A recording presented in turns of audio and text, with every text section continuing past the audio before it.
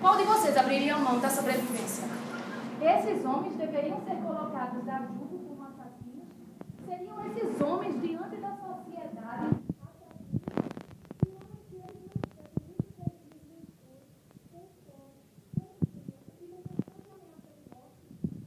os quatro exploradores e estavam em situações adversas daquilo que ele era acostumado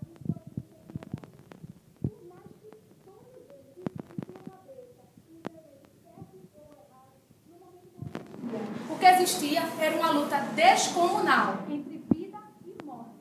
Uma luta para tentar salvar a própria vida.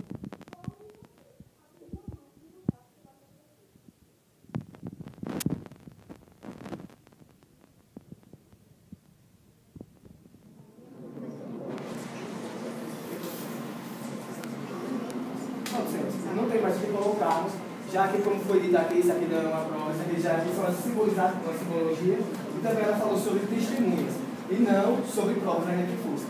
Enfim, nós pedimos porque, meus senhores, é muito fácil, é até natural realmente para todos, não pedir para a promotoria nesse sentido, porque é muito fácil para nós imaginarmos aqui nós estamos bem alimentados, saímos de casa bem alimentados, estamos aqui confortáveis. Mas imagine, quando falta luz, já fica aquela agonia toda, já fica todo aquele espanto, aquela base, e eles não tinham ali chance de poder sair, não tinham ali previsão de poder sair. Então a gente tem que se colocar naquele lugar, tem que se colocar ali, não usando só da emoção, nós usamos também da razão. Não significa que nós queremos tocar só o lado emocional dos senhores, não.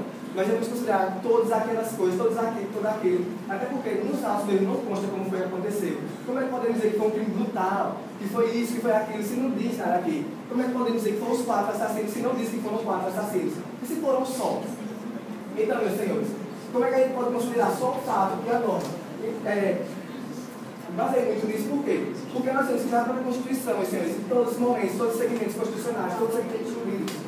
Eles não consideram só o fato e a norma. Eu estou no fenômeno fato e normativo. Nós temos também a axiológica, considera o contexto que está vivendo, porque tem que ser considerado isso. Isso não é uma coisa que nós queremos que vocês considerem, não. Tem que ser considerado o contexto, tem que ser considerado como um todo. Não apenas mataram.